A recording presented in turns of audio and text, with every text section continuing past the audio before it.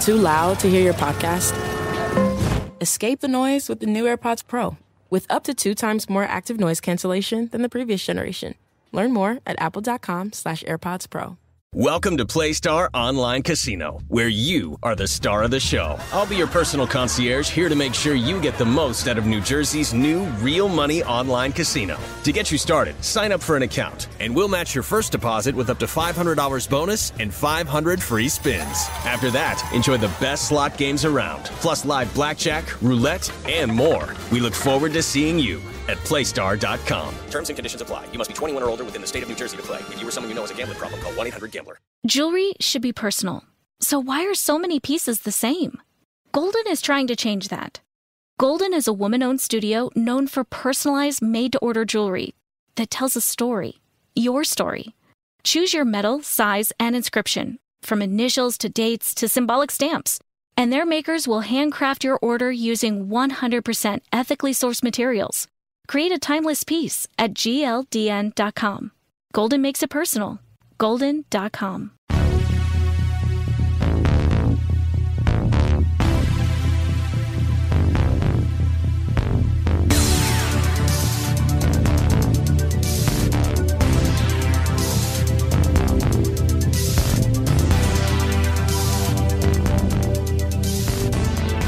You're listening to 100 Words or Less with Ray Harkins. What's up, everybody? Thank you very much for listening to yet another episode of this beautiful celebration of independent music in the form of a podcast called 100 Words or Less, which you know that already. I mean, you heard my attempt at a radio announcer's voice at the very beginning. But we have a rad guest on this week. This is a person who has traveled in and out of my life for quite some time. We sort of work together, and I've seen his band play many of times. His name is Thomas Barnett, and he's the vocalist for Strike Anywhere. Strike Anywhere brings me smiles from ear to ear. It combines so many things that I love. Melody, punk, hardcore, energetic live show, political message. Like, it just ticks off so many boxes for me. And it's one of those things where I don't find myself listening to Strike Anywhere all of the time, but when I do, I'm just like, oh, dude, I forgot how much I love this band. And it shouldn't be something I continually forget, but I do. They just released a new EP on Pure Noise Records, and it is unbelievable. I mean, they haven't released a new record for, oh gosh, I don't know. I can't even think of the last record that they released, but it's been quite some time. So I had to have Thomas on. He was just a great chap and a great chat. We actually, I caught him. He's quarantining up in the Northern California area, and it was funny because we were trying to schedule this, and it was difficult because he's living, in a house full of other people, and so he's like, "There's not very many quiet places." So at one point, you'll hear a tree sawing in the background, which is funny. But we get podcasts done however we can. So if you listen to the show, I would love a few favors. Okay, one of them is you can email the show. Always reach out at 100wordspodcast@gmail.com. Also, support the sponsors of this show. It's something that means a lot to me when people decide to advertise on this show. Not only is it some money that comes my direction, but these are all products and services that I wholeheartedly endorse. Like these clients come to me and they ask, like, "Hey, can we run on your show?" And like, "Yes, I am excited to partner with you on this." So it's meaningful when you do that. And also tell people you know about this show. That's the best way, the word of mouth that gets from friend to friend or friend to peer, or maybe even you're recommending this to your parents, which would be kind of weird, but at the same time, like, I'm not going to stop it. So please do that. Even if it's sharing it on social media, like that's a valuable thing to do. Please do that, because I don't want this show to be big, but I want this show to reach the most appropriate people possible, and those are people who are highly engaged with independent music. So yeah, Strike Anywhere. That's all I got to say. Let's dive into the conversation with Thomas, okay?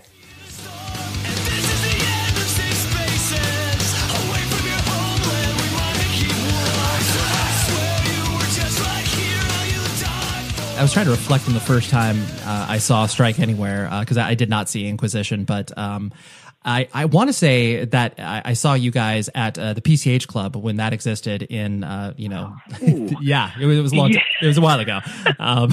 So most likely it was, off of your very first EP or your first full length. I can't recall, but, I immediately fell in love with it. Was already aware of your work with Inquisition, but, was really taken by the fact of what the band was trying to do, not only musically and melodically, but then also, the fact that you tied activist politics to it. And, I viewed it because you were coming up around the same time, very not too dissimilar to what Rise Against was doing, except, Rise Against had clearly rose to meteoric levels that, you guys didn't. But when, this may be like a super basic question, but when you started to kind of, get out there and tour, because, Inquisition did some stuff, but not obviously as much as Strike Anywhere did. Did you enjoy the act of touring? Because I know that there's, a lot wrapped up in that. Yeah, no, I did. Inquisition did 2.5 strong years of touring in 94, 95. Maybe 96 too, where went across to Gilman Street, limping along in various vehicles. We had a short yellow school bus that we outfitted as a touring vehicle. Didn't last as long as we wished it did, and it kind of broke the band up because we were just starving. Like, shit was real hard, and of course, whatever. We were all elected to do it, but we had kind of poured our lives into it, and it was young folks, 22.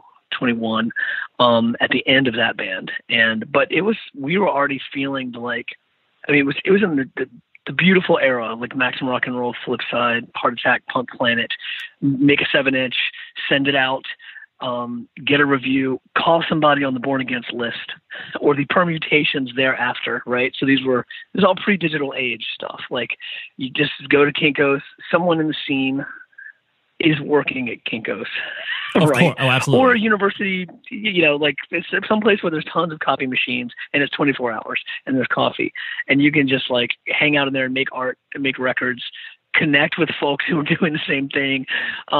Richmond had been flowering as a punk scene, all the entire time I was involved, which is from 87 when I was 15 onward, but definitely in the 90s, like it was massive. Avail were incredible touchstone. There was a local band called Four Walls Falling who were, I guess, Jade Tree's first LP, but also just paved the way. They came out of the crucible of 88 straight edge, but they were kind of deeper and had a longer lineage than that. And it was like putting Dr. King and Malcolm X quotes like before the songs, and the music was somewhere between like Bad Brains, Chromax, but like also more technical. Something they really appealed to Europeans in the early 90s. Yeah. But all that stuff was like legendary and happening like right next to me, like folks in the scene who were 4 or 5 years older than me and my cohorts in our generation. So those were like the flag posts that, whatever, torches that lit the way. But then what was happening nationally in punk in North America was incredible too, and was new as far as like fanzine culture, and just and people doing lots of tours and tons of house and basement shows, and that's the world Inquisition was in. So I knew I loved touring then. Despite crazy deprivations and problems and, police trying to fuck with you all the time. The guitarist of Inquisition, my friend Mark, he got conjunctivitis, pink eye, as you do. Yep. And no one had any money. No one had any health insurance. So we went to the desert to our bassist's aunt's place, and she gave him dog medicine, and it cured his conjunctivitis because it was just a strong antibiotic that works across the blood barrier of species. Yep. And anyway, that's the world we were in. But we also met up with Propaganda. They were on the Let's Talk More Rock tour. We did some Gulf South shows with them. That's how I first connected with those folks. There's a place in Houston in the 7th Ward. Deeply, deeply impoverished, compressed, dense public housing projects in Houston in 95 and 6. And they had this community center that was almost felt like a Frankenstein's castle. Like you kind of got locked in at night to sleep after the shows. But it was a massive place. We played with Propaganda there and played a couple more times through there. And it was just like seeing these activists, this Native American grandmother of 4 who was a doctor in social history and urban planning, and then a ex-Black Panther named Linwood. And those 2 folks had built this amazing idea, even in like HO scale train model form, as well as white papers and proposals, as an appeal to the federal government to give this incredibly impoverished community that barely had working plumbing. It was like the America you never see, on purpose. And then the punk scene rooted itself there during these 2 to 3 years. Island Parkway Village shows were incredible, and that was another catalyst moment for me and my bandmates in Inquisition, going through there, going back, calling them just to catch up when we weren't even planning a tour, like making these friends in these communities. And these folks were like 30 years older than us, and they were like, these punk kids are coming here and that's cool, but it was like an under the radar event that had hundreds of participants and organizers. And it was an amazing thing. But anyway, they had this proposal to get like solar powered skills training workshops and community education reform, and it was somewhere between like Highlander folk schools and it did like the education and social justice movements of South and Central America. Like had all of these heady but palpable activist techniques in the toolbox they were breaking out and applying to East Houston. And incredible police brutality, systemic racism, and poverty. And punk shows, portions of the proceeds from those shows always went to help fund their project. And it was just beautiful and heartwarming. And anyway, yeah, I love touring because of that. Yeah. Just to answer your question. And just meet kids who are throwing shows in their parents' garages and sleeping on the floor. And like, I guess there's another part of it too. Like, I think back, whereas a lot of our peers were in our hometown and starting to go to bars, starting to drink, starting to do the thing, and we obviously none of us were straight edge, so we of course would do that when we come home too. But they were it was like their opportunities to do their life, to start adulthood, no matter all the punk dreams and exhortations and pledges that we make to each other about, staying true to ourselves and like, holding on to our vulnerabilities and like, trying to not be the people our parents were, trying to not be the people that, America is, trying to be something more, like something, and the way that everyone deserves to be something more. Touring allowed us to stay truer to that, to really apply our creativity. You're kind of at a constant level of like vigilance, but you're also kind of being held by the world. You can't control everything. You're just making choices. You're making phone calls with those hacked Radio Shack pagers that would allow the phone company. Right. Yeah, you know what's up with so the dialers also made this happen. And just catching up with that kid in Lincoln, Nebraska, whose parents went out of town for the summer that you talked to 6 weeks ago, who said he could put you up and have a show, making sure they're still alive and that you didn't just dream that you made that first phone call. And like, lo and behold, they are alive and they feed you. And like, I don't know, it's all that stuff is precious to us. Like, and Strike Anywhere's first years of touring were not that different, but it was 5 years later when that band started. So it was 99. And all of a sudden everyone's on email. Like it was still primitive in 99, yeah. Right? But it was huge and it's free. And like, oh my gosh, like even that change made touring like so much more doable and like structured and reliable, and so, yeah. And also my Strike Anywhere bandmates had been in, their bands of their younger years and had kind of like understood at least the regional landscape, the mid-Atlantic, Philadelphia to Florida kinds of small tours, and cities like Roanoke, Virginia, where my older punk cousins lived, that were, what I guess would be called in industry terms like a B market or C city. We didn't even know those words existed until we heard them like in 2005. Like totally. Booking agent friends were like, "What are you guys saying? That's weird." But like there's all this granular, soulful connection that happens. And I guess what I'm trying to say is like you're outside of the workaday life. You're outside of the, starting a career, figuring out your job, figuring out where you are in university if you're in college, whatever kinds of shit you're doing when you're in your young 20s. You can you start to like, everyone bucks against that. Everyone feels that is chafing them. And there's something more out there. And especially if you've been involved in creative endeavors, and you see this counterculture, and it feels more real and more honest than anything else anyone's ever shown you about life, about who you are.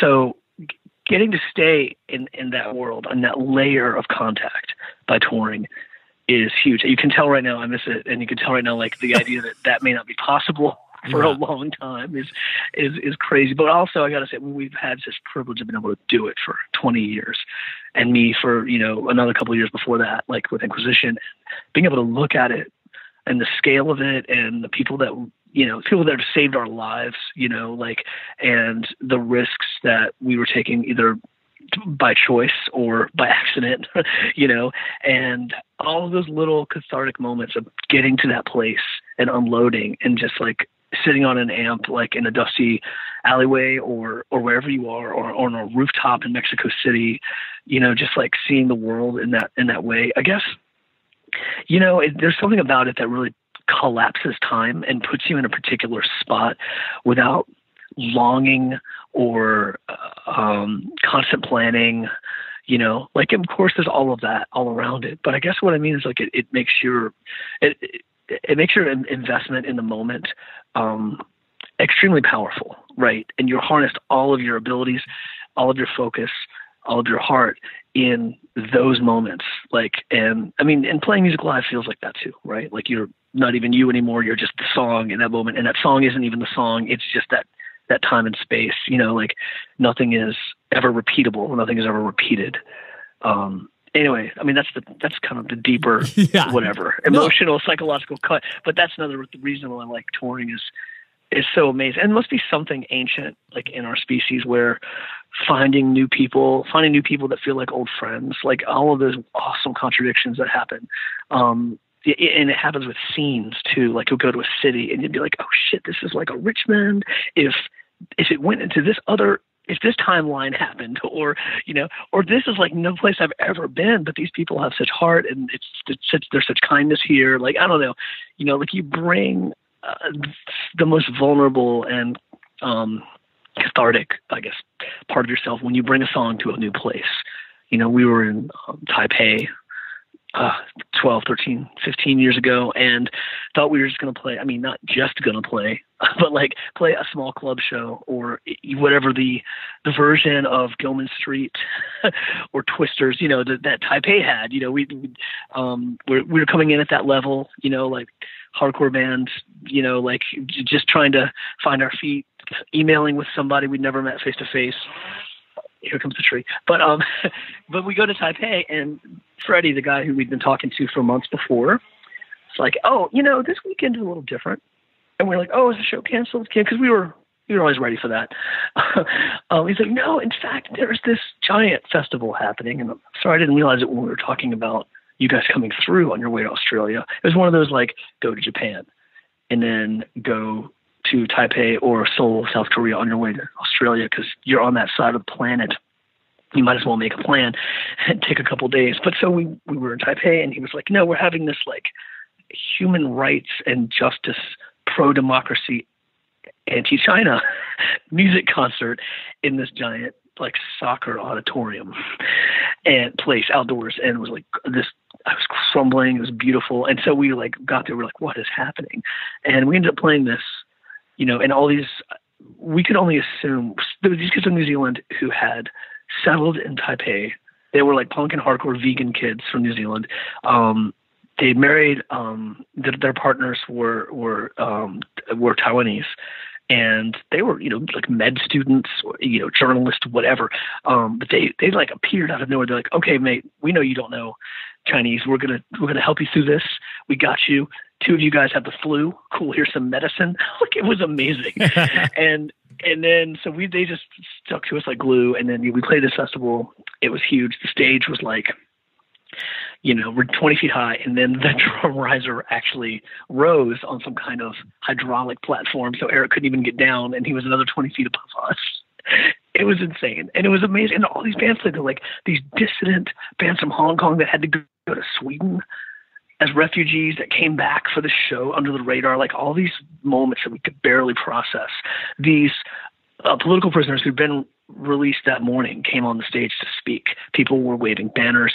There were planes going by overhead. There were political officials like in the box seats. I don't think anyone even knew what genre of music we were playing. Like, sure. It was nuts, right? But so that was something where the whole time we were just kind of trying to navigate this experience with just with a few insights and some really good friends. And those kids from New Zealand had like never seen us before, but they listened to us and they were like, we're going to need our help through this. We got to help those guys out. Yeah. And it was awesome. But yeah, but it was, so that's another story. Like, it's like the level of diverse experiences and the level of like things that test your intelligence and your emotional field of view are so important, and you feel like it's like a more natural way of living, of like being your whole self, than being compressed in the workaday life and stuff. So anyway, again, I know it's a privilege, and if we never get a chance to do it again, I won't be bitter, because we've had an incredible amount of experiences and memories, stories like that I could torture you with for a long time. But anyway, No. Yeah, man, touring is really important, and it informs the way we communicate with this whole thing. So as soon as we can play these songs live, oh God. Yeah, me and my we bandmates will. call each other now. We just kind of like have these long silences of like, man, it's going to feel good to be able to play that song. And they're like, yeah, because this is the first time we've ever, as you can imagine, had a new record and not been able to even get together to rehearse and play the new songs for ourselves, much less other folks who might want to hear them. Yep. Yeah. Oh no, for sure. Yeah. This was something I was going to hit on a little bit later, but the the connective tissue that you were talking about as far as Richmond was concerned, I was always impressed, that kind of regardless of genre of music, I mean, as long as it was existing within the independent subculture, there always was this political charge with it. I mean, even Avail, rose to levels of, being like one of the largest punk bands, in the community. And they had, a political undertone in the same way that, Four Walls Falling was obviously a little bit more explicit about it. But, have you ever kind of, I guess, looked at what was sort of in the water in regards to Richmond? Because it seemed like regardless, bands really always came from that sort of root. Yeah, I know. And I think even before that, even that second generation, like the America's hardcore generation, that kind of built the scene, in a lot of ways. But a lot of that stuff was waning. And by 87, when I got downtown and saw my first shows, like it kind of just seemed like a bunch of art students. So VCU was, at the time, now it's all wildly gentrified and painful, and a lot of the city's unrecognizable. And but before, for many years, like the Bohemian Quarter was centered around VCU, and it was like, an art school and not much else from the 60s to the late 80s. Now, of course, it's become a monster, and it's all about business school, and there's crazy, multiple campuses that have completely destroyed working class neighborhoods, and all of that, and the art galleries and the art scenes that, were just happening in the vacuum of Richmond, like a conservative southern city with Confederate statues. But it's one of those things where there's a tiny nugget of free thinking anarchic individuals, and people who believe in social justice. And so I would almost say, since I grew up there, so my first 30 years there, it's the lens through which I see the world. And so it'd be hard for me to say, other than the other cities I've lived in are politically liberal metropolises, right? Like Portland, Los Angeles, now the East Bay.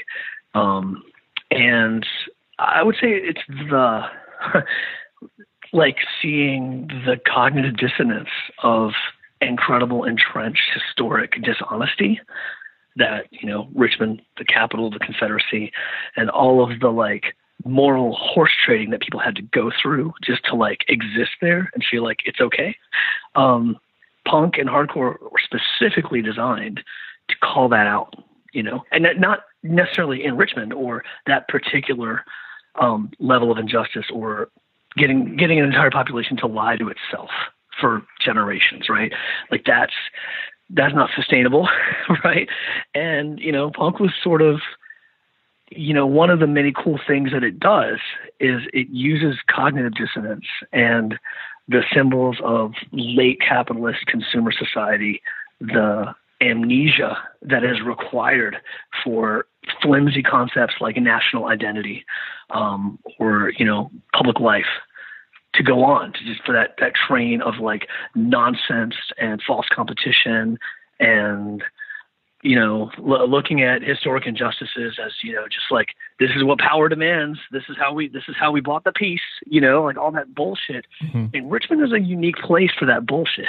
Like, and if you grow up and you just have like half a brain and a quarter of a heart, and you're just like itching to see what's true, like that lies all around you. And especially, when I grew up in the 80s and 90s, but of course it still is. But I think it's just like that rumbling, like earthquake underneath every society that we're seeing, writ large right now in this era of mass mobilizations and protests. But I do think that like punk is always going to be drilling that core down to get there. And that's another thing so the bands in Richmond that reflected the politics that talked about activism and that promoted that in the communities, that was just a natural reaction. Like that's the only way you could be, is the way I see it. I've recently been posting a lot of my old band shirts on my own personal Instagram at xpurposex. But this isn't to get more followers on Instagram. That would be hilarious if I was doing an ad for this. But what I am doing an ad for is Rockabilia, because they are the best place for you to buy band merchandise. I personally have over, 300-400 band shirts. It's absurd. But that just goes to show how much I trust this company in regards to their officially licensed stuff. It's all shipped to you very quickly from the Midwest, independently run company. Use this code PC100words, okay? PC100words gets you 15% off your order. And if you visit rockabilia.com, you will be just completely inundated by rad stuff. They have over 500,000 items, all officially licensed. You are getting the bands paid when you are ordering this stuff, okay? So again, rockabilia.com, use the code PC100words. Band merch is my life. It should be yours too, okay? So go visit the site, use the code PC100words. Thank you. This show is sponsored by BetterHelp. I myself am a huge advocate for therapy, and I think that most people would benefit from it because, life just really gets in the way sometime. Whether it's a relationship issue, a family issue, a work issue, you feel overwhelmed. You don't know where to turn to. You're like, I can't bug my family and friends about this. Like maybe I'll be able to, just push through it on my own. You do not need to be alone in this journey. And that is why BetterHelp is such a cool option. They are convenient because it's flexible, affordable, and entirely online.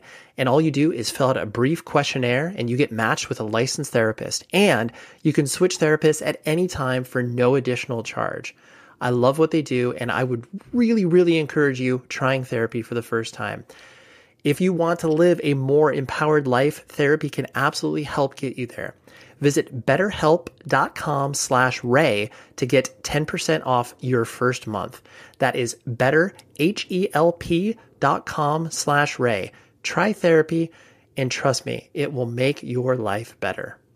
Welcome to PlayStar Online Casino, where you are the star of the show. I'll be your personal concierge, here to make sure you get the most out of New Jersey's new real money online casino. To get you started, sign up for an account, and we'll match your first deposit with up to $500 bonus and 500 free spins. After that, enjoy the best slot games around, plus live blackjack, roulette, and more. We look forward to seeing you at playstar.com. Terms and conditions apply. You must be 21 or older within the state of New Jersey to play. If you or someone you know has a gambling problem, call 1-800-GAMBLER. You've been dreaming about it, sliding behind the wheel, firing up that engine, and taking off. But for too long, a dream is all it was, because car lots everywhere have been virtually empty until now. At Roto.com, the car shortage is finally over. Shop an incredible selection of cars available right now. No waiting for inventory. No settling for less than what you want. Ready to hit the road? Get the car you want at a great price today. Start saving now by downloading the Roto app or check out rodo.com. Kind of focusing on, you individually as a person, were you born and raised in Richmond? Yeah, I was okay. Born. And then me and my partner moved out of there when we turned 30. And so Strike Anywhere was fully happening as a band for, I guess, 5 or 6 years. That my last 5 or 6 years there. And then I lived there again in 11, And then pass through there, as you can imagine, yearly, sometimes a couple times a year, to check on parents and friends and walk the city and the whole thing. Rehearse with my bandmates and watch their kids grow up. So and it changed a lot. I've had a lot of old friends that kind of stayed a little longer than we did. Also finally leave the city and go somewhere else. And then we reflect about the changes that they kind of like saw that I didn't, or I would see like a postcard version of it when I come back home, for that, that long, soulful, weird walk around the city at 3 a.m. But that's important to have. It's important to still have that continuing relationship, especially with a hometown as rich, with influence as that place does, right? And I can't speak to other experiences, but I don't know what it would have been like if I'd grown up somewhere else that was a little more innocuous or changed more, more rapidly. But Richmond was so resistant, so entrenched and corrupt, and white noise, white supremacy was all riddled throughout the city, injected into the white working class populations for generations. That's the roots that I come from. And then so recognizing that there's a lot of things that have changed in that city, and a lot of the things that were kind of that hidden evil are now, becoming spotlight evil, and finding those targets and pulling down those statues and looking at those policies. And it's strange because all this, it almost took the waves of gentrification and all this other money kind of being poured into a city like that, to, eventually the lie is going to crack, and people are going to rise up, and you're going to see what's happening now. But seeing it in Richmond is incredibly poignant, I must say. With the history with no protest tradition at all, and then seeing what's happening now, and it definitely is real hopeful, in spite of how despondent, a lot of the current events can be, and a lot of these situations can be. It's because it's not just physical; it's psychological. People having a chance to really feel the courage to unite and to discuss openly these hypocrisies, right, and these dishonest histories. It's crucial. That's how we move forward. That's how we become not frozen in a false history. I guess that's how I felt Richmond was frozen in a false history, and being involved in the underground and arts and music and political culture that spoke against that, and that built a life to be lived against that, was the only place that was true. Everything else was like a wax museum. Right. Yeah, for sure. And so what kind of kid did you find yourself, growing up as? I'm just going to make sweeping assumptions about you, but, did you have brothers and sisters? Were you kind of an outdoor kid? Were you a sports guy? What sort of, I'm talking about elementary school, kind of before you were really finding, obviously who of you course. are now. Yeah. No, I was an only child. Grew up in a ranch house, in a lower middle class neighborhood near a swamp. Had a bunch of cousins, older cousins, who were punk women in the 80s who made me mixtapes, dressed me up when I was 12 to go to the mall. Older cousins were my babysitters, and so I had a lot of great influence from them. See, I wrote about this in Song and Dead FM, but I was born with a cleft lip and palate, and had to get a bunch of surgeries to eat right, talk right, over the 70s and the early 80s. So I had summers where I was not a really active child. I was at the Children's Hospital in a ward healing from a bone graft or another surgery on my face. And then a lot of people that have facial deformities and disfigurements know this story, and luckily by the time I was born in, 70s and 80s, plastic surgery was getting a little better. And so anyway, I read a lot, and I was indoors a lot. And not particularly athletic, but, not really at odds with athleticism. Some of my neighbors in my neighborhood were from Jamaica. It was kind of a diaspora of Jamaican aluminum professionals and workers after a particular election in that country nationalized their bauxite industry. Isn't it weird, the things you end up knowing because of who you play soccer with in your neighborhood? Sure. But so kids I grew up with had accents. There was you know, like barbecue pits dug in the middle of a suburban block. There was jerk spices everywhere. You know, it was a slightly different experience than I think most kids like on the outskirts of southern cities would have had in the 70s and 80s. But it was cool because there was influence and there's music. And a lot of Richmond's punk and hardcore scene was shepherded and hosted by the Caribbean and African-American populations in the city. There were reggae clubs. I saw Fugazi's first show in Richmond at a reggae club called New Horizons. Like there was a lot of that influence happening. Yeah, but as a child, definitely read a lot. I was pretty social, but had these long summers that took me out of the game of normalcy, recovering from these surgeries. But anyway, like as my grandfather said, like I became verbose. Like the issues around me having difficulty speaking did not emerge, sure. as you can tell.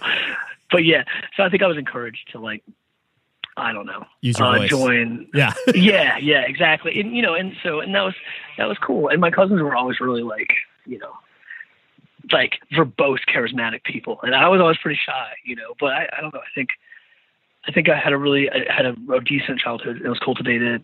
My mom grew up in an orphanage, and my dad grew up in some poverty. So they got together and just kind of like pooled their resources. I think they were the first of their families to get degrees, and kind of move out of working class white poverty. And so they were very austere with things, as you can imagine, coming from their background.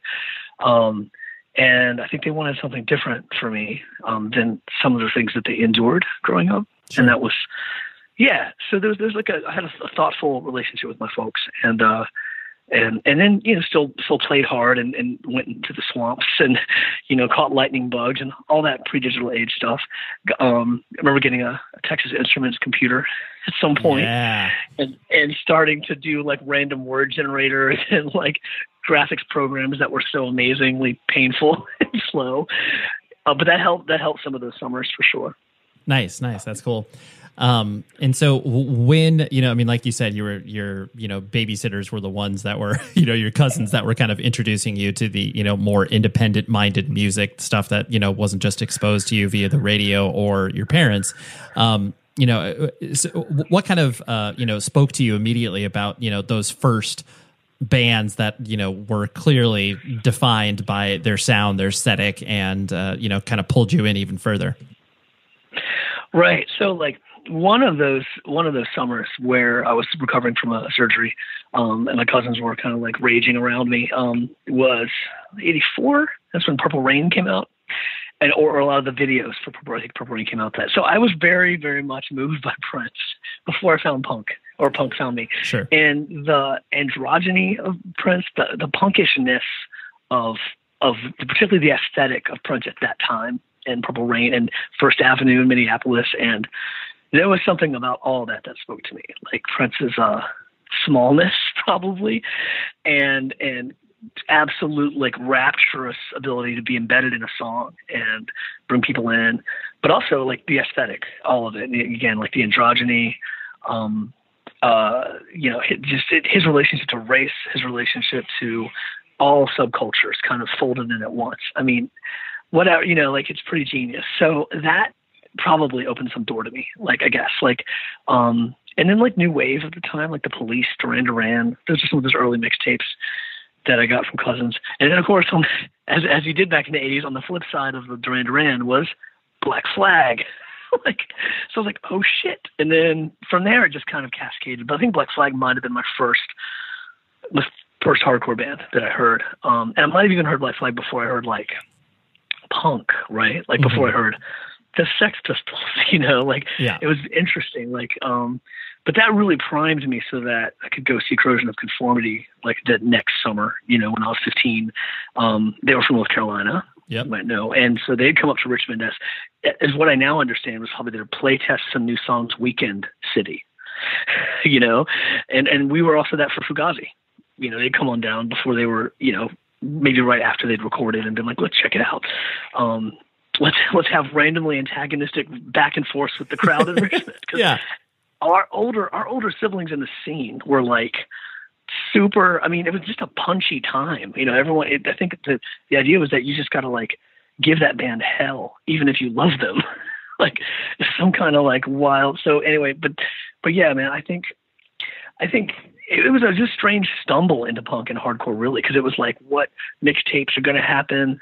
I had a pen pal in Florida, this girl, and there was a really good independent radio station there. Now, Richmond had University of Richmond station, and they played some good stuff. They had like a midnight metal and hardcore program that I would tape relentlessly. But going down to Florida to visit my friend Heather, it was like this incredible radio station, probably like a K-Rock or something that like tons of cities had these that exposed their populations to me. There was like Fishbone and Killing Joke and Susie and the Banshees. It was in Pink Lincoln's, like local Florida punk bands. It was like insane. So, and I think everyone's experience in my generation is like this, Ray. Like you kind of like stumble through this forest of various things.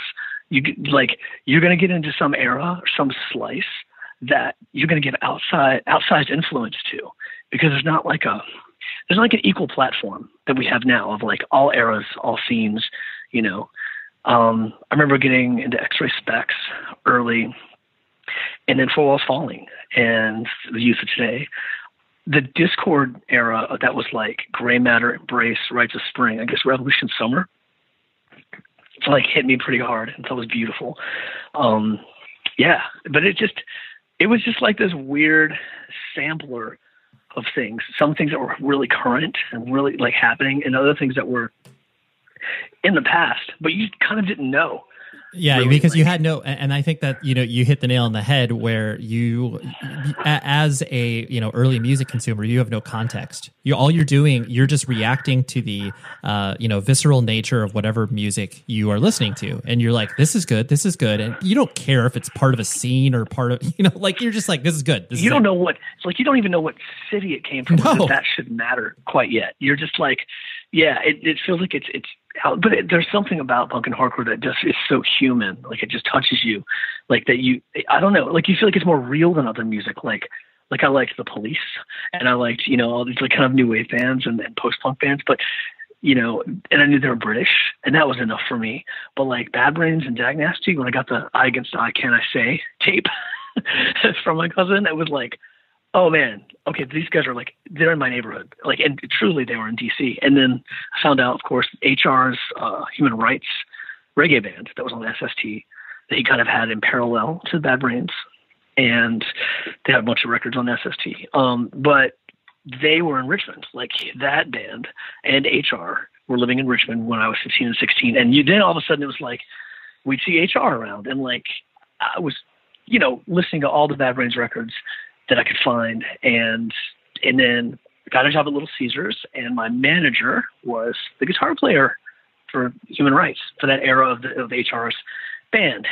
And like, he was a 30-year-old guy, like amazing, like dreadlock, Rasta, Richmond native. And when HR would go back up to DC to be in Bad Brains, Tommy, I think it was Tommy, he was like, I can't jam anymore. You and your little friends have a band in your garage. Why don't you just let me come over and jam with you? So this like 30-year-old amazing musician, right, who was playing in HR's band, but had to kind of, HR was like a quixotic and intense personality. And anyway, he would just come over and hang out with us and kind of teach us like dub and funk and soul and hardcore. And obviously, like, it was insane. And so there was those little moments that were very Richmond based. Wouldn't have happened without kind of the smallness of the scene and the way the population wove together over time. You're like, what job are you going to work, and who's going to be next to you, and what bands are they going to be in, and how much free time does everybody have? A lot, like that shit was really crucial too. And I don't discount it. Like these were just accidents of history and time, but it was, the scale of it was really important. And so that was cool. Yeah. These were all my pre-Inquisition musical moments. I'm giving you random shotgun blast style. No. I appreciate painting the picture like that. And as you started to get consumed by, the music, and as you started to get older and, clearly have well, not when I say clearly, but like have a vision that you wanted to play in a band, how, and especially because you were probably bringing all this stuff home to your parents that had no they had a context, but they're just like, what is this weird screaming music? Like, how did they react to you being like, hey, I'm going to go on tour, I'm starting this band? Were they generally supportive, or were they kind of like, well, as long as Thomas isn't getting arrested, we're okay? Yeah, that was almost exactly what the feeling was. I had been arrested, like, for trespassing at the University of Richmond, like, right when Inquisition started. And, you know, that was like a weird moment where I was the only 18-year-old. Everyone was 17. And I went to the city jail with the Richmond city cop. And my bandmates who were minors got the Henrico County cop and just chilled hard until their mom came. I was like overnight in a drunk tank, but it was fine. It was no problem. Sure. But still, like, yeah, that was exactly, my parents were like, whoa. I dropped out of school, and there was a lot of, like, I can't even describe it now, but like suburban high school that had pretty in pink social problems, like kind of a coked out, slightly aristocratic union of rich kids and football players, and then like other more redneck suburbs that fed into the same high school. There were a lot of reactions, and there were eventually like riots at pep rallies and lots of suspensions. And anyway, I was involved in all that stuff, and just let me know it was time to leave high school. Basically, not a big deal, but sure. But you know, some problems, and I'm sure punk informed some of that too. And it was kind of as late '80s as you'd imagine in some ways, but yeah, they were pretty happy that I was doing something. I think. I mean, I was also working like. I was a gardener at kind of like an estate, a county away on the river for many of those years. Just did a lot of jobs, like odd jobs, industrial work, warehouses, between tours. But I think my parents saw that I was building towards something, that I had like a passionate focus on art and music. And I think that stuff was like, they thought it would save me from other things that they were powerless to control, you know, like me not going directly to college. I did take night classes. I actually would save up and take a semester of night classes during this whole time, because VCU had these professors that were really interesting. They had some ex-Black Panthers teaching civil rights movement, African history, African American studies. I know I needed that because I didn't get into high school. And they had a rabbi teaching about the Holocaust and about, you know, Jewish Europe, philosophy, all that stuff. So I took all those classes and a few more. The James River Greens Party chairman taught about basically Marxism. He taught about like wealth inequality, the structure of our capitalist societies, you know, things I needed to understand. So I had that. I did some night classes and had like what you would call probably like a self-administered reading course that I would just take up. And of course, you know, once we got on tour, Inquisition got on tour, there was AK Press everywhere setting up tables. And then we started carrying some books, and it was just books. It was like amazing, you know, like, and I thought like all that component of popular hardcore was really important, because I'm starting to follow bands that like Seeing Red and Man Lifting Banner from Holland, even Dead Kennedys had some obtuse shit, but you want to follow up on these tiny little, you know, glowing embers of some fire that you want to find where that fire is, you know, and that's all the traditions of hardcore have that. They nestle these lyrics, they're just laid in there with all the catharsis and, you know, supportive commentary about the crew and the scene. You also get these other ideas shining right underneath it. So I was on that path, like everyone gets on. You know, you're like in your early 20s and you're like, I'm still punk. What the fuck? Like, you know, this is crazy. And like you start to go on these other courses of self-study would be, you know, a way to describe it. So yeah, there was a lot going on. I think my parents saw that too. I could start getting into discussions with them about topics, and they could see that my mind wasn't turning into mush.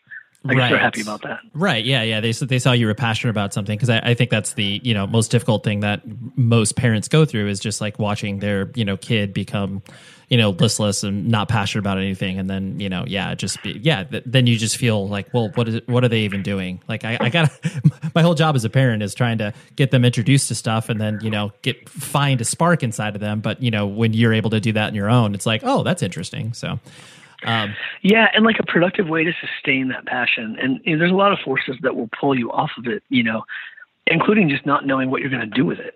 Not having a place to put those feelings, those intellectual pursuits, those things that make you feel really whole and really engaged in the world. Like, especially when you're between 15 and 25, when your brain is just like this, fire of hormones and stuff, and your like cognitive abilities are reduced because of the evolutionary prerogative. It's incredibly good to find that place where you can help yourself, you can move forward. It helps you connect with other people too. That was another great part about touring, and like recognizing that, a new Spit Boy record would come out, or the Burn 7-inch came out, and like everybody in all these cities you've never been to was changed in the same way you were by that record. Like in their lives, of how different their lives were, you could never know, right? But that moment, like those records are just like, oh, I remember that was playing in the background. Cool. I mean, that's how pop culture, that's how music is for people most of the time. Like this time and place. Oh yeah, cool. We all rocked out to that jam. But with hardcore and punk, it's different. It can be. It usually is. Like that record comes out and it hits much harder. It helps you. It's like a friend in the darkness. It helps you get back in touch with these emotions that you had kind of, because if you don't reflect and face your emotions, right, your darkness, that need for catharsis, it'll hurt you, right? It'll come back and hurt you. And like, so this is a big part of hardcore where like it's a place where you can go to find the courage to stare that part of you down, to become friends with it, and to utilize it for something positive instead of to slowly kill you across decades of your life. So that's another huge thing. And all these people have that in common, like getting a hold of that record, like having that experience. It's a platform for connection and for doing something healthy with the raft of potentially unhealthy emotions that people do relating to trauma, confusion, powerlessness, all that. So that was another thing that I thought was really important. I think my parents saw that I wasn't going crazy and I wasn't becoming, just like a punch the clock, drown myself in beer, come home, get somebody pregnant. Like there weren't a lot of, right? There weren't a lot of options around me. Like that was stuff they were afraid of, and more like not necessarily what I just said about those features of life, of young adult life, but more like if there was more that I wanted to do, if there was something different alongside that, and not giving yourself the space to do that is really important. I guess my dad always called it stare at the wall time. You need some stare at the wall time. And I can't even imagine now as a parent how much harder it is to get your child to have some stare at the wall time. Yeah, no, absolutely. It's definitely, it's a whole new ballgame. This show is sponsored by BetterHelp.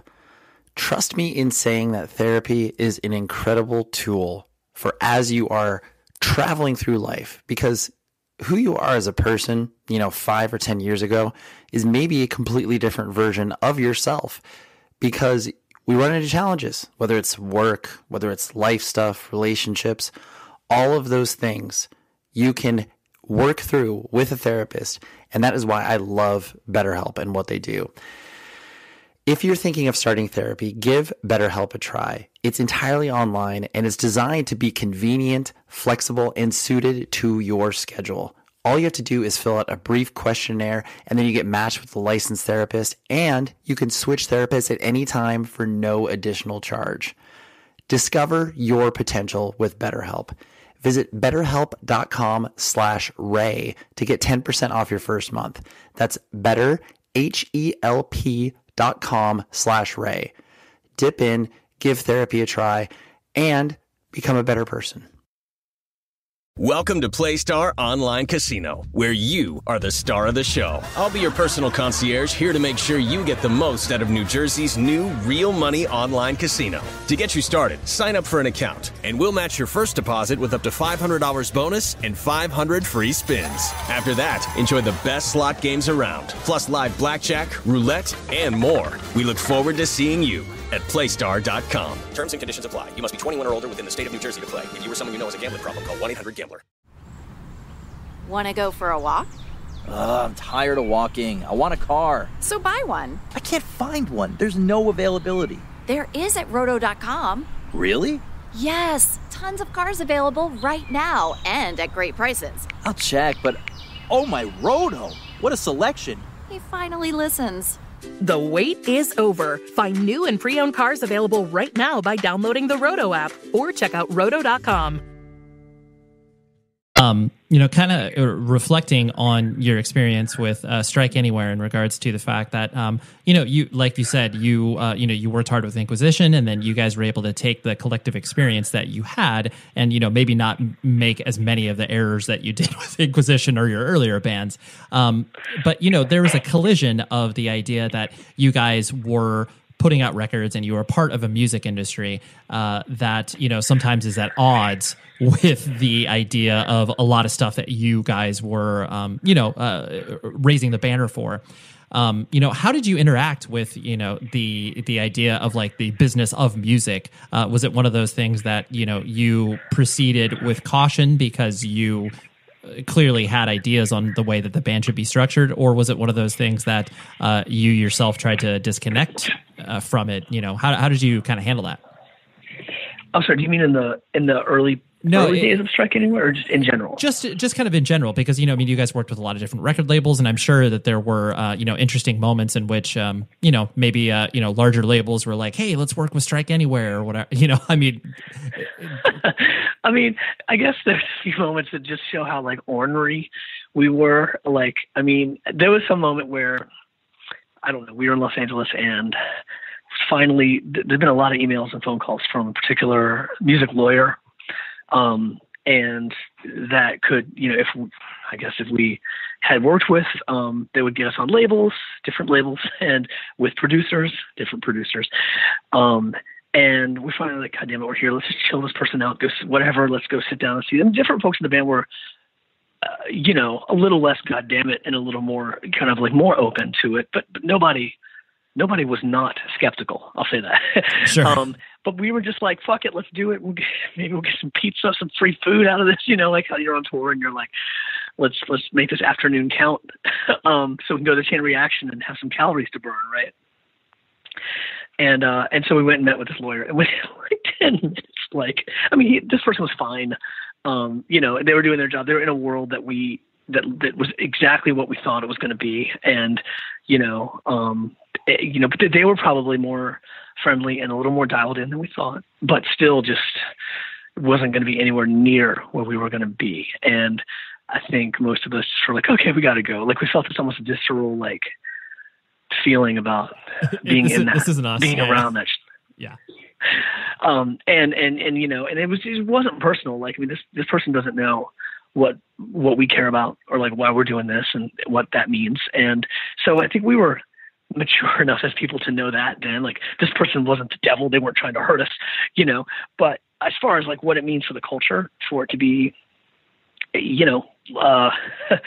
eviscerated into standard corporate consumer life. We all had feelings about that. We still do. But luckily the labels we've worked with, strong, independent, beautiful labels with vision and experience and love in our community. Like, we made the right choices, for us, and hopefully they felt that way too. And I love it. It's like being able to be, you have to look at being on a label as like, it's another bandmate or it's a producer. It's like someone for that season who, is guiding and shaping that part of your life as a band. And we are pretty, we keep it pretty close with them. There's enough cooks in our kitchen, just the five of us, right, that we don't really need that much influence. So I think some labels are used to maybe having a vision or a sound, and this is just within punk. Like, these are people whose motivations and ethics are flawless and what we believe in, but there's still the sense of like, some labels are more just like hands off, you do what you do. We'll give you what we can and see what fits and see what doesn't. And then some other labels, it's a bigger juggernaut of like sound and vision. And, that's cool too. Like, that's a beautiful thing. And I think really helpful for some bands. Wasn't necessarily for us because, again, we're kind of ornery and stubborn, and there's enough cooks in the kitchen, right. in the Strike Anywhere's kitchen. But yeah, like, again, so Jade Tree, the first record that ever moved me, that pulled me into this community, that it's a touchstone for everything I'm even writing like right now, For While Falling. And they were the culture shock, was J Tree's first release. And it was like so important. And of course we had to be on J Tree, goddamn, like that. Right. There was no choice. Yeah. And then during a lot of the tours for J Tree, we like hung out with and met all these fine folks, Fat Records bands, and Fat was doing the Rock Against Bush stuff. And it was a big tent period for Fat, like Sick of It All was on Fat, Avail, you know what I mean? Like that stuff is how we were relating to our experience on that label. And, and that was great. It was like really amazing folks. And we met our lifelong friends and Dead to Me because they were workers at the label, Actually, Brian Archer was a photographer and designer for Fat for many years. He took photographs of the Inquisition back at Gilman Street in 95. Nice. And we had this contact sheet of us, and from that, so that's how I knew him. It was cool meeting these people again and then working with them again and just seeing that continuity of relationship. And in Bridge 9, like it was incredible to be a part of that label, and like just the poetry and the heart that so many of the bands on that label have moved us. And I guess that's kind of how it feels. It's like we're on this journey with the label for the 4 or 5 years that we're with them. And it feels right. And I guess, the thing for us too is that like, maybe especially recently with Nightmares of the West, we've been like, well, we don't, if it doesn't feel right, we don't need to do this. Like, I mean, right. That's kind of a lie. We need to, we have to, but like, we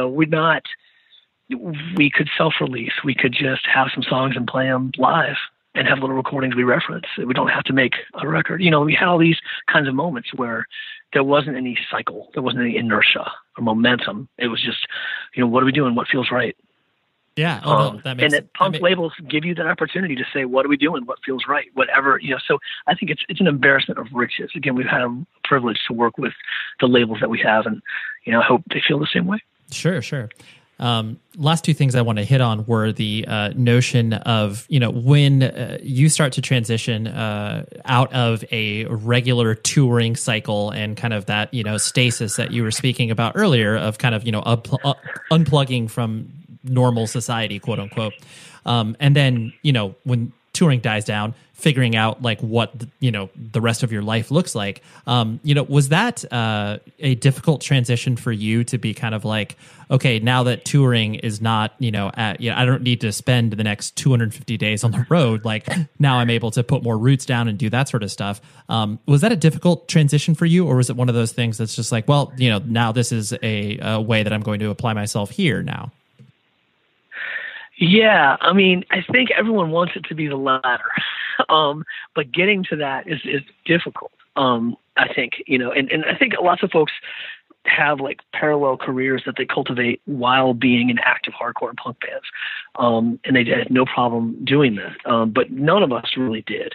We were all kind of the same sort of punk person, I dropped out of high school, so my younger bandmates in Striking Red dropped out of college, to do this, to let it eat their lives. And so we had some of the same issues. Matt got his degree, which is good. And Mark finally got his. And anyway, but every time, we would always take a break, like a 6 months to a year break between the edges of the touring cycles, also to like recover and, all that, but write, be in a place, not just write while we're on the road. There's something disingenuous about that, right? Like if you're not in a community, why are you writing songs about this community? Like you're just living in a box truck, having these times, and you can definitely write about like police searching you, and like you have to have some like experiences that do resonate with songs while you're touring, but it's important to stop touring for a bit.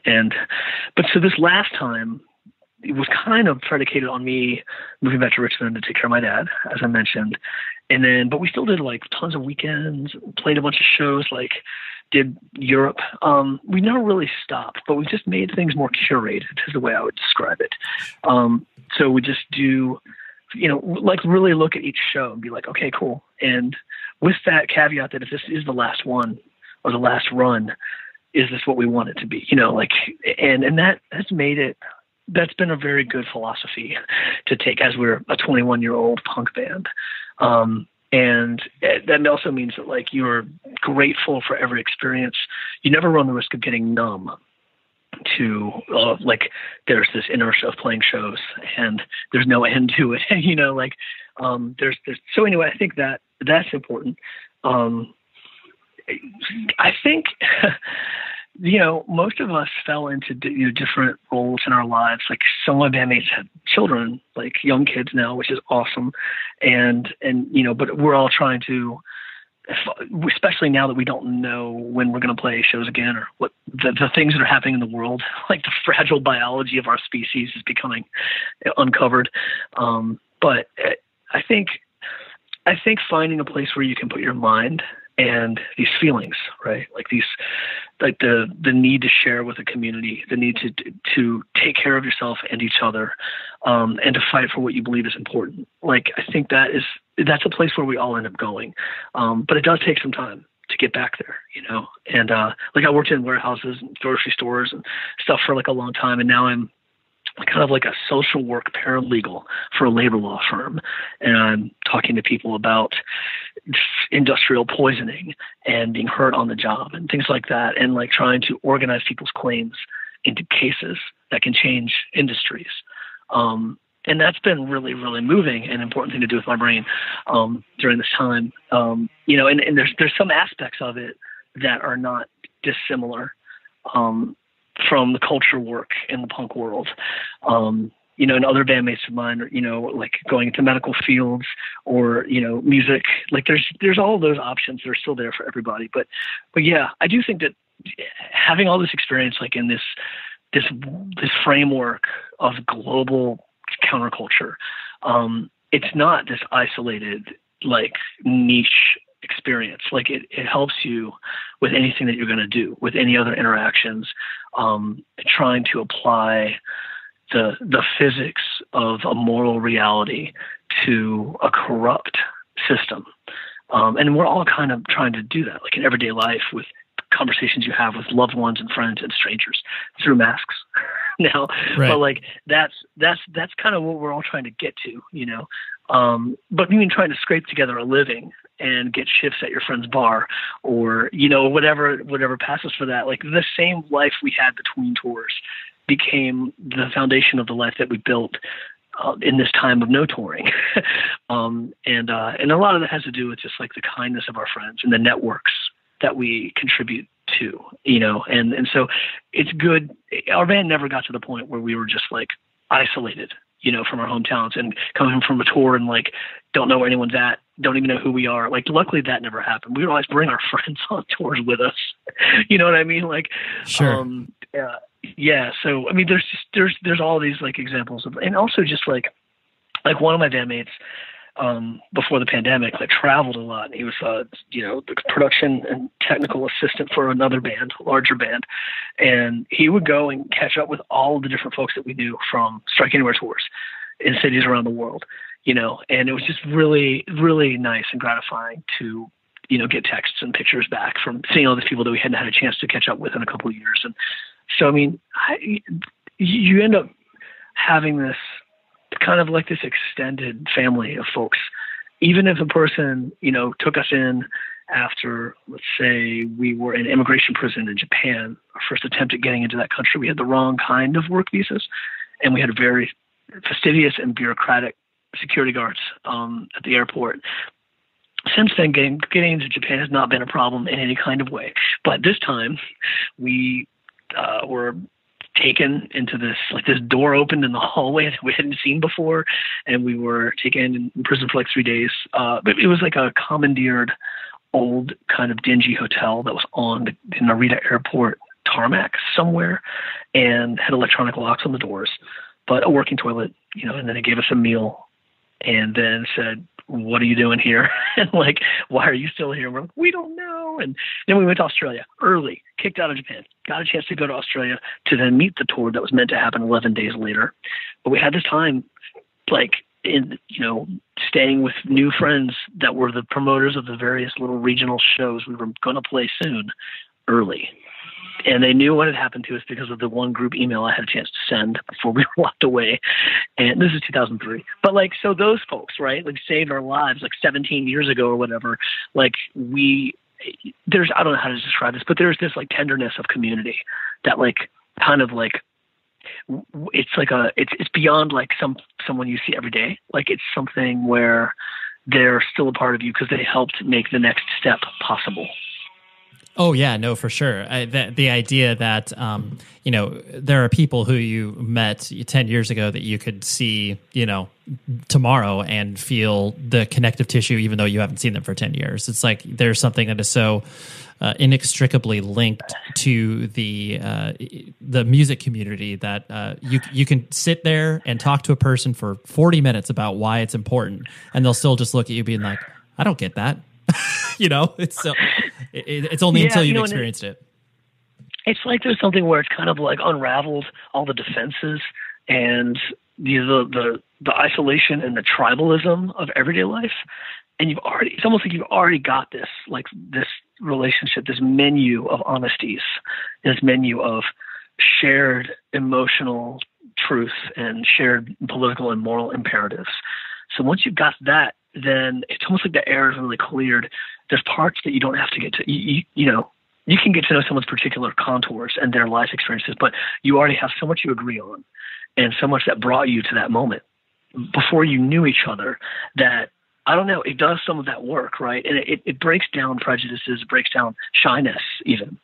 Like I was an incredibly shy person, and this whole counterculture that I've been in for 30 years, 33, has helped me like overcome fears of talking to people and of meeting new people, and it's been incredibly important and moving. I think I'm not the only one too. I think there's a lot of us who would have been in a completely different place without this. Oh, absolutely. Yeah, that's why this podcast exists among many of the other pieces of art that get put out on a weekly and daily basis. But yeah, I agree wholeheartedly. The last thing, and this is I guess on a less serious note, but you have been a proponent of dreadlocks for so many years, and you have ridden hard for it. And I admire that because clearly that takes a definitive step to be like, okay, yes, I'm going to be doing this. And how long have you? I know it's silly to mention it, but like you've done it for so long. Like, when did you? I guess first do it, and was it one of those things that people were just like, who is this guy? Why is he wearing his hair like that? It's a good question. This is definitely, I think, I don't know how to describe this other than using words like grandfathered in. Sure. But the context of me getting dreadlocks is straight up embedded in Richmond punk in the late 80s. Influenced, having bands with black and white members, African American and Caribbean folks in the scene with leadership roles. The band I mentioned to you, my pre-Inquisition band, like it was reggae and dub, and going to reggae clubs, seeing all this beautiful like fusion. But for us, it was like the way it was always supposed to be. Like the way that punk and hardcore looked was black and white kids in Richmond saying "fuck you" to the establishment, saying "fuck you" to Nazi skinheads. Like, this was a hairstyle. I mean, so I wasn't the only like Caucasian punk with dreadlocks at the time.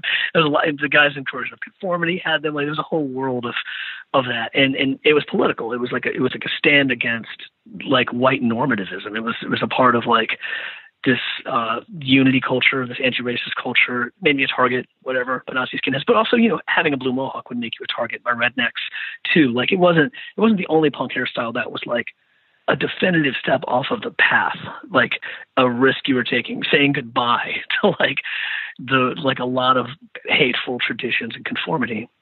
And so I got my dreadlocks on the night the Berlin Wall fell. Nice. In November 1989. And that was on purpose, and I've had them ever since. It's probably going to keep having them.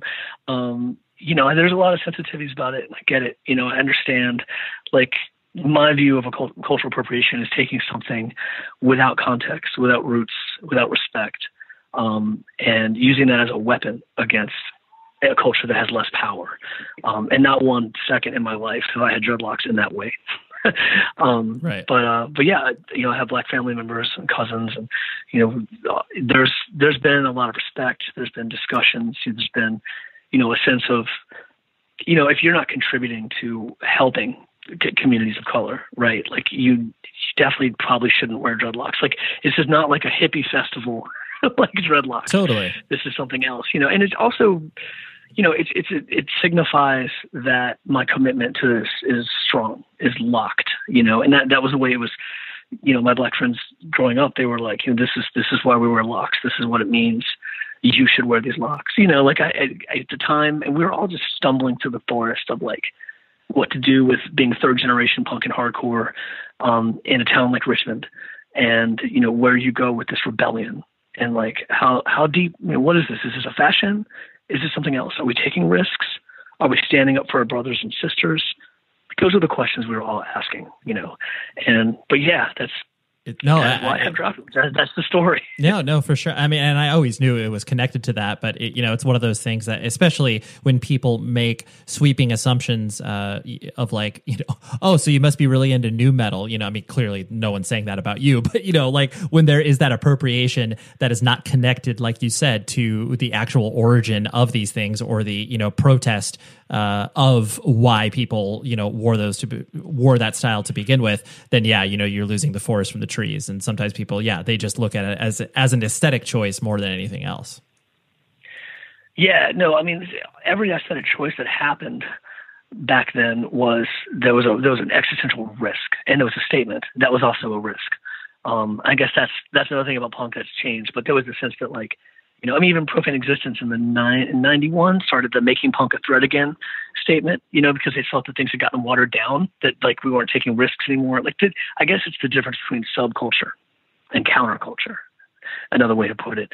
But yeah, as far as, looking at systemic racism and race and growing up in Richmond, like, and having Black and white members in my family and seeing what punk and hardcore, like the truths that this, the creativity of it, the risk of it, the emotional poignancy and honesty of it, like it all points in this direction, like I'm not saying that other people who just want to like rock out and smash beer cans against their heads are wrong, because there's room for that too, but I do think that like, as far as like how I wanted to apply myself to this movement, how I could be useful in a small way, like this was it. And that's, it also has brought me such joy. Like there's been such a connection, like with folks, and it was through.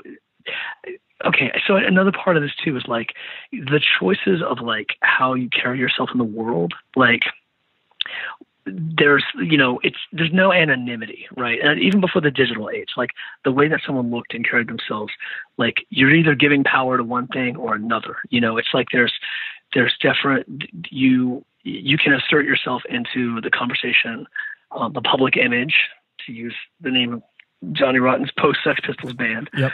And there's a spectacle, right? There's this whole reality of the projection of reality that we live in, and symbols and images. So this was presented to me as an image that would go against the grain of white supremacy, of conformity, of ignorance, and taking a risk for unity and like a part of the functionality of your beliefs, and in a larger way, that's why punk and hardcore kids, like, again, it's not just a parallel fashion, it's using like the symbology of everyday life.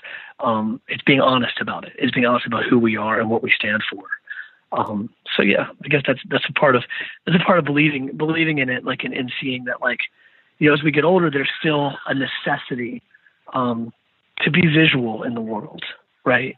And since I don't use social media very much, like it's, and some of this is like analog-based discussions of physical reality. It's also super weird now because our physical reality is problematic, right? Like being among people is difficult. Although masking up and walking in protest seems fine.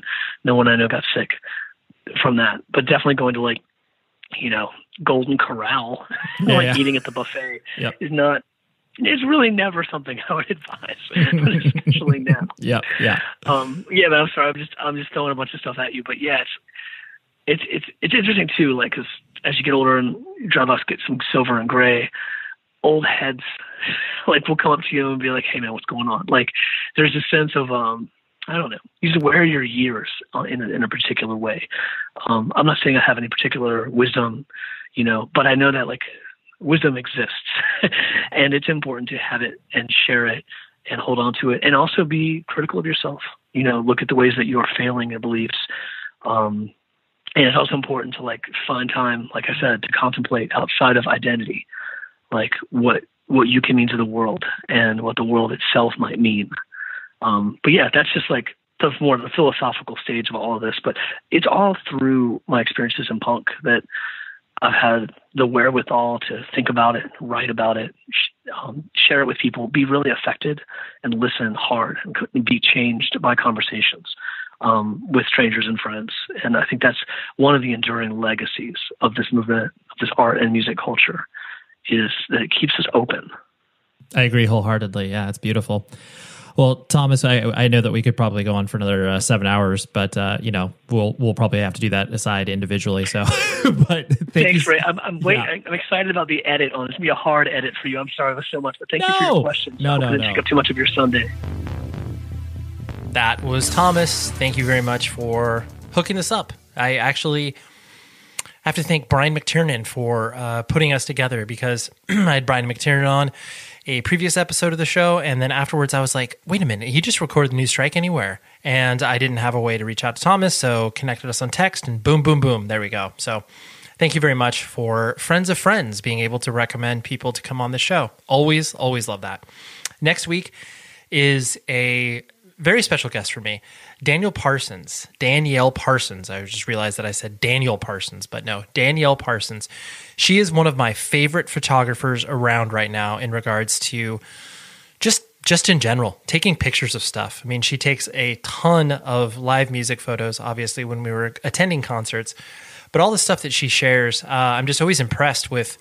And this is going to sound like I'm trying to, know what I'm talking about in regards to photography. I got a little experience. I was a yearbook photographer for a while, a aspiring live music photographer. I just the composition and the way that she frames subjects, it's really, really exciting. So I had to have her on the show because, she's a punk hardcore kid. So I had to have that. That's what we have next week. And until then, please be safe, everybody.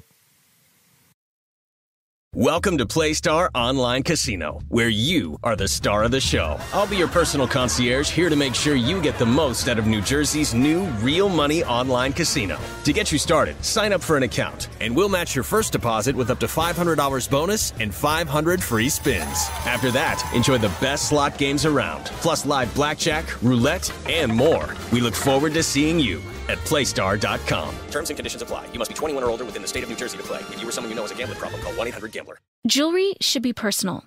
So why are so many pieces the same? Golden is trying to change that. Golden is a woman-owned studio known for personalized, made-to-order jewelry that tells a story. Your story.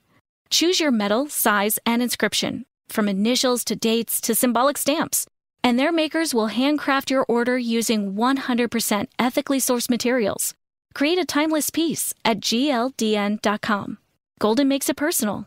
Golden.com. Hey, did you hear? The wait, it's over. What wait? Car prices, they dropped. Get out. Seriously, over at roto.com. Look it up. Roto.com? Dunno, I've checked and haven't seen any lower. Oh, my Roto, that's a great price. See? I need a minute. Totally understand.